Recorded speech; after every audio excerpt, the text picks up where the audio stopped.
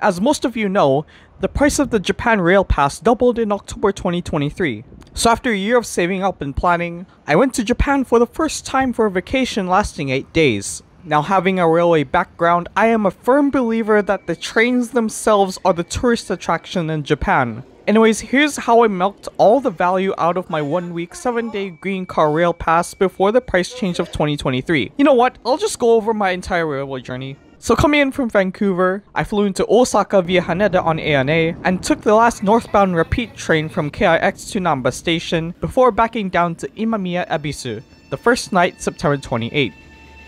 Now, the first full day was mostly private railways, and that started with a quick hop from Daikokucho to Yodoyabashi on the famous Midosuji line. From Yodoyabashi, I took Keihan's premium car up to Demachi Yanagi in Kyoto. Then it was a couple hours to Kurama and back on the Eizan line, and then back to Sanjo Keihan to check out the Keishin line. Biwako Hamaotsu took me to noon, and further to the Kyoto Railway Museum via JR. After spending around an hour at the museum, it was back to the big station, and my first Shinkansen ride to Shin Osaka and the Midosuji line to my hotel to rest up. After a quick rest, it was back to the Midosuji line to Umeda, and the line I have been waiting to try out for a while, the Kobe line on Hankyu Railways. After dinner in Sanomiya, I had time to do a spin on the Portliner and head back to Osaka on the JR Kobe line and back to my hotel in Daikokucho the first full day. On Saturday the 30th, I left my luggage at Shin Osaka for a night in Kyushu. This was the first day for the rail pass, which took 20 minutes to redeem at the kiosk. First thing, head to Okayama and do a round trip to Izumoshi on the classic 381 series. After starving myself coming back, I proceeded to Hakata and Nakas Kawabata, and a quick visit to the Nanakuma line on the Fukuoka subway. Day 2 is done. Day 3 of the trip was also quite simple. Head back to Hakata Station, grab breakfast, take the Kamomes, plural, to Nagasaki, and look at a museum. It was back to Shin Tosu, and further east to Shin Osaka on the Sakura. There was so much more I wanted to do after transferring my luggage to Osaka Station, but I wound up just filming trains at Hankyu Umeda's terminal before hunkering down in my room at a manga cafe for the night. End of day 3. Also, this merch is like the sickest thing ever. Like, damn dude, didn't expect this to go hard, but here we are. October 2, the 4th day. A 6:40 AM wake-up call gave me enough time to take out my luggage and head off to my Thunderbird service to Kanazawa. Now, shoutouts to Japan for having track-level convenience stores, which I'm sure is illegal to build in you-know-where.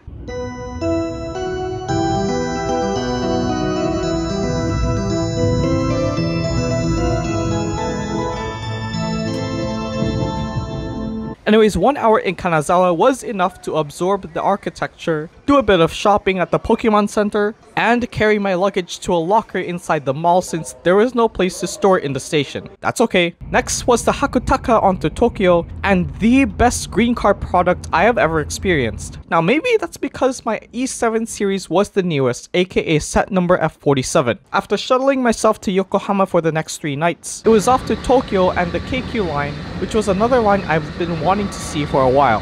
In Tokyo it was Akiba, and then off to Shimbashi for a round trip on the Yurikamome line. Then it was back to Yokohama and the KQ line and Nikishi line to end off with a midnight dinner at Ichiran and back to my hotel. On day 5, I decided to get out a bit later, and this was the day I saved for checking out the Tsukuba Express line. So I had to go to Akiba, and by the time I got to Tsukuba, it was already late in the afternoon. After stopping at Lalaport Kashiwa, it was then off to Minami Nagarayama and the JR Musashino line. And this was the lead up to checking out the Keio line, the one in Chiba. Also, by this point, I had issues getting past the ticket gates at Maihama with my rail pass because it had been used quite a bit. I figured I had time to do a quick run of the Chiba monorail, and by then it was getting late. So back to the Keio line and my first Tokaido line green card to Totsuka. Nani? Don't oversleep on your stop like me, but thankfully I found this manga cafe to slumber for a few hours. Day number 6 wasn't too special, so I saved that for laundry until more rest. Anyways, that was enough for me to take a round trip to Sendai, check out their Tozai line, which is the best Tozai line in Japan, no questions, film some pass-bys at Utsunomiya, stop for a burger near Kanda, and then check out at least one scene from my favorite movie. I wanted some K-pop merch, but all the stores in Shin Okubo were closed. So, back to Yokohama for the night. Day 7 was set aside for Odawara and the south, including the rich and bougie Sapphire Odoriko. Now jokes on me for not reserving beforehand because that first train was full. So instead I ended up filming trains at Shin Yokohama. Anyways, I was able to get on the second service and make my way down to Ito Station. And jokes on me twice because I did not make my reservation for the in-car dining. Anyways, I made my way back up to Enoshima on the local network and saw the last of a gorgeous sunset on the famous Enoshima Electric Railway. Instant classic if any of you watch Bunny Girl Senpai. Now they don't like root beer around here, but that didn't stop me from having one after finishing a trip on the Shonan monorail. And by the time I got back to Ofuna Station, it was getting late, so back to Yokohama on the Yokosuka line. And it was important to get to the hotel early as the next day was my last.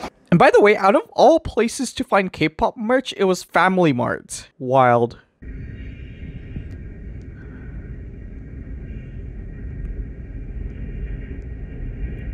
Day 8, the last full day. This was fully on me taking my luggage around and getting my final videos in. First it was off to Heiwajima and Kanazawa Bunko to film some AM rush trains. Then it was off to Tokyo to get in the Tokaido Shinkansen vlog.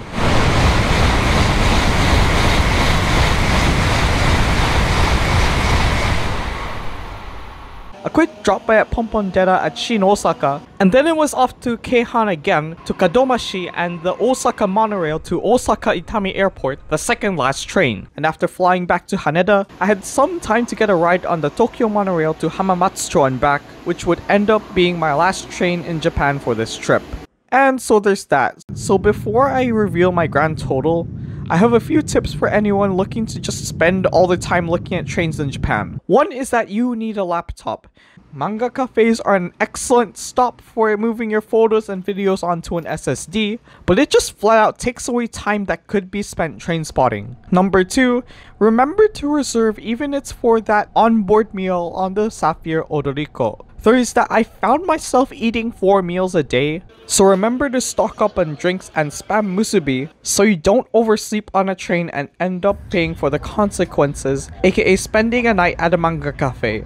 Number 4, take care of your rail pass because once it gets frayed and damaged, it's really hard to replace. Now that said, you can still show your Japan rail pass to the Fairgate agents and they will still let you through. Lastly, I managed to pull off everything on a carry-on luggage, so I don't collect figures, and that saves a lot compared to using those luggage courier services. I think as a rail fan, it's much better to use that space for rolling stock catalogs and Pokemon cards. And so with that, here are my totals for the trip.